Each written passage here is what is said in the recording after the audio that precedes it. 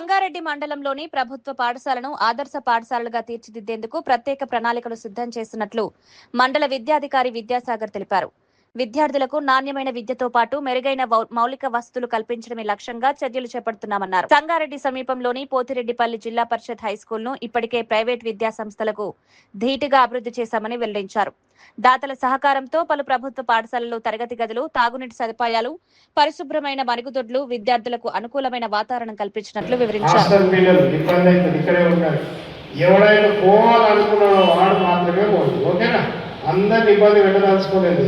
Okay, ఎంతమంది పోతారో ఎంతమంది పోరో ఇప్పుడు చూసుకోండి, మీరే పోండి. సార్ చెప్పి లోపల మాకు తెలుసు. ఎందుకంటే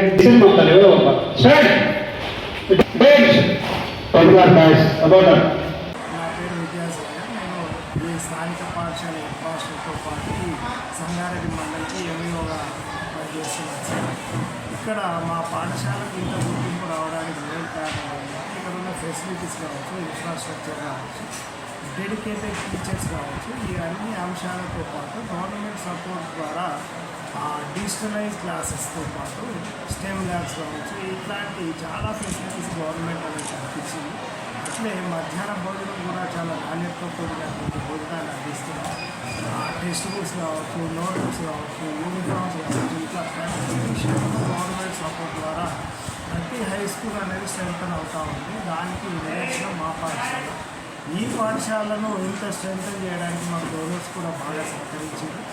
నిర్మాణం కెరియర్ టీం వాళ్ళు మన పాఠశాలకు దాదాపు 78 లక్షలు ఖర్చు పెట్టి ఇంత మంచి ఇన్ఫ్రాస్ట్రక్చర్ ఖర్చు పెట్టి చేయించడం ద్వారా ఈ స్కూల్ యొక్క రూపురేఖలు అనేది చాలా అద్భుతంగా ఉంటాయి. మీరంతా చూసినప్పుడు కాబట్టి అన్ని రకాల ఫెసిలిటీస్, మంచి టీచర్లు, మంచి ఎడ్యుకేషన్ ఇస్తున్నందుకు దానికి ఇంత కాంపిటీషన్ అనేది రావడం జరిగింది. కాబట్టి మాకు జూన్ ఫస్ట్ వీక్లోపే no admissions board 8th class, 9th class, 10th class no admissions అని బోర్డు పెట్టడం జరిగింది. ఎందుకంటే 2 సెక్షన్లు ఉన్నాయి మా దగ్గర.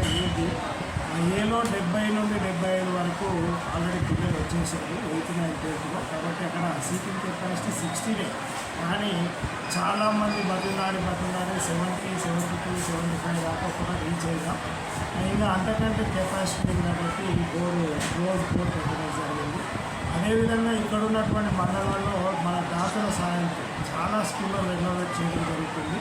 దానికి నిదర్శనం ప్రైమరీ స్కూల్ పోతిరెడ్డిపల్లి. దానికి కూడా మైక్రాన్ కంపెనీ ద్వారా దాదాపు 48 lakhs పెట్టి చాలా మంచి అకామిడేషన్ కల్పించాం.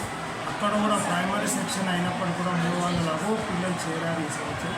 అదేవిధంగా ఇప్పుడు కొత్తగా గర్ల్స్ హై స్కూల్ దాదాపు 1200 మంది పిల్లలు ఉండే స్కూల్ని రెనోవేట్ చేయడం జరిగింది. నిర్మాణ వాళ్ళు దాదాపు 14.5 అమౌంట్ ఖర్చు పెట్టి దాన్ని రెనోవేట్ చేశారు. వాళ్ళకు కూడా అద్భుతమైన ఫలితాలు అనేవి వస్తున్నాయి. ఈసారి 1500 దాకా ఎన్రోల్మెంట్ పెరిగే అవకాశం ఉంది. అదేవిధంగా ఇప్పుడు కొత్తగా కొన్ని ప్రాజెక్ట్స్ కూడా తీసుకుంటున్నాం సంగారెడ్డిలో.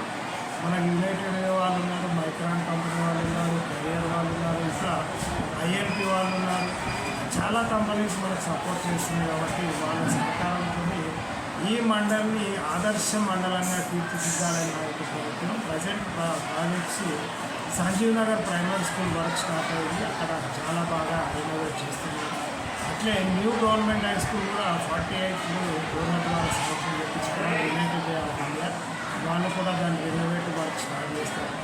నా టార్గెట్ వచ్చేసి దాదాపు సంగారెడ్డిలో 15 నుండి 20 స్కూళ్ళు చాలా మంచి నాణ్యమైన విద్య అందించేలా మేము ప్రోత్సహించాలని ప్లాన్ చేస్తున్నాం. కాబట్టి అదే దిశగా వెళ్తున్నాం.